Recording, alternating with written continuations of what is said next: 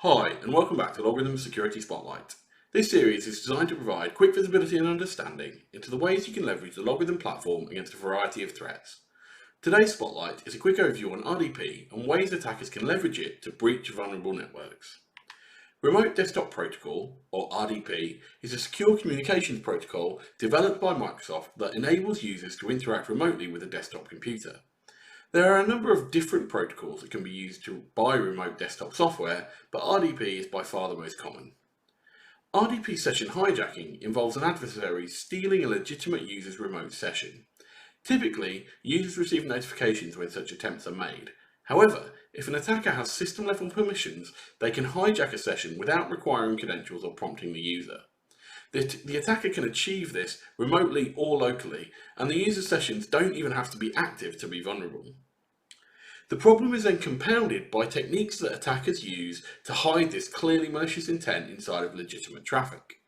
A common example would be the use of multiple RDP sessions on a single machine, which grants the attacker persistence, lateral movement, and potential privilege escalation within a compromised network, all whilst hiding their malicious access in the noise of that user's legitimate RDP session traffic. Attackers achieve this by modifying the Windows registry settings related to terminal services, explicitly turning off the single session per user limit. Once done, and if not monitored for, it becomes incredibly difficult to differentiate the legitimate user session from the adversary's activity. RDP has been an official feature of the Windows operating system since 1998, and in spite of consistent vulnerabilities being identified and patched, the value the capability can bring to individuals means it isn't going anywhere anytime soon. It's not uncommon to see compromised RDP servers being sold on dark web forums, marketed as staging grounds, from which attackers can conduct a wide variety of potentially malicious actions.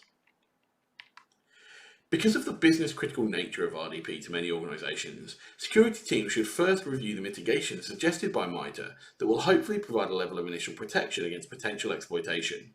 Simple things like limiting access to specific IP addresses or IP address ranges, or disabling when not explicitly in use, can create significant barriers to entry for attackers to the point where they may abandon the attempt for other, simpler avenues.